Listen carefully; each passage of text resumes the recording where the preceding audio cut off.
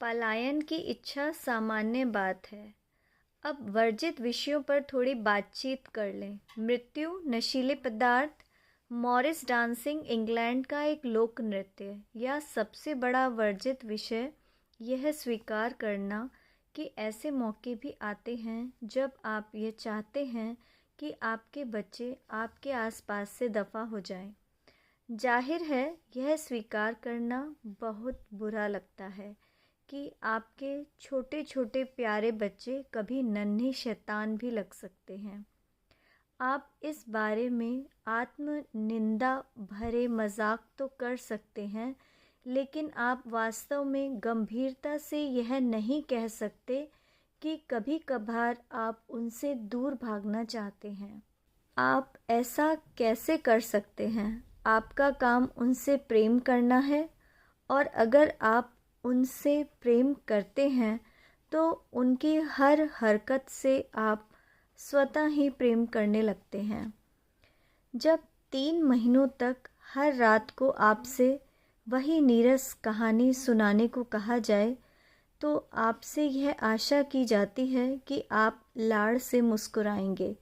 जब वे जंगलियों की तरह दौड़ लगाते हुए चीखते हैं तो आपसे यह उम्मीद की जाती है कि आप उन्हें प्रेम से निहारते रहेंगे। और जब वे 25वीं बार वही पुराना बेमज़ा चुटकुला सुनाते हैं गलत तरीके से, तो वे आपसे ये आशा करते हैं कि आप भी उनके साथ हंसेंगे। मज़ेदार बात यह है कि दूसरों के बच्चे से चिढ़ना ठीक समझा जाता है। वैसे उनके सामने यह कहना उचित नहीं होता। इसलिए हम सभी जानते हैं कि बच्चों की वजह से आप चिढ़ सकते हैं। इससे हम इस नतीजे पर पहुंचते हैं कि कई बार आपके अपने बच्चे भी आपको पगला सकते हैं, और यह भी ठीक है। वास्तव में वे इसमें बहुत निपुण होते हैं। वे पैदा होते ही यह काम शुरू कर देते हैं। नवजात शिशु के रोने की आवाज़ आपके दिमाग में तब तक नश्तर चुभाती रहेगी जब तक कि आप उसकी समस्या हल न कर दें, और यह तरीका कारगर साबित होता है। इसके बाद वे नियमित रूप से आपको परेशान करते रहते हैं। कई बार इसमें उनकी भी कोई गलती नहीं होती।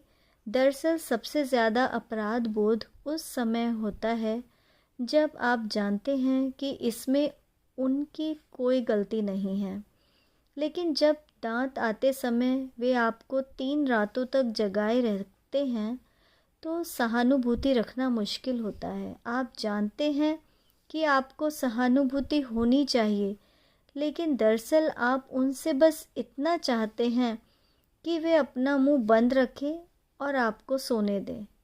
आखिर यह एक दांत ही तो है। देखिए, मेरे पास आपके लिए खबर है। हर अभिभावक बार बार ऐसा ही महसूस करता है। दरअसल ऐसे मौके भी आ सकते हैं जब आप दिन में 50 बार ऐसा महसूस करें, और ज़्यादातर मामलों में ऐसे दौर आते हैं जब आपको एक सप्ताह में 1-2 बार ही यह एहसास हो। बस मान लें कि यह स्वाभाविक है, और जो अभिभावक यह स्वीकार नहीं करता वह झूठ बोल रहा है। आप अपने बच्चे को चिढ़ का कारण बनने से तो नहीं रोक सकते, लेकिन इस बारे में आपको खुद को अपराधी महसूस करने की ज़रूरत नहीं है। आपको यह भी याद रखना चाहिए कि यह दोनों दिशाओं में होता है। अपने बचपन को याद कर लें, चाहे वे आपको कितना भी पगला रहे हों, लेकिन इस बात की काफ़ी संभावना है कि आप भी उन्हें कम से कम उतना ही पगला रहे होंगे। तो हिसाब बराबर।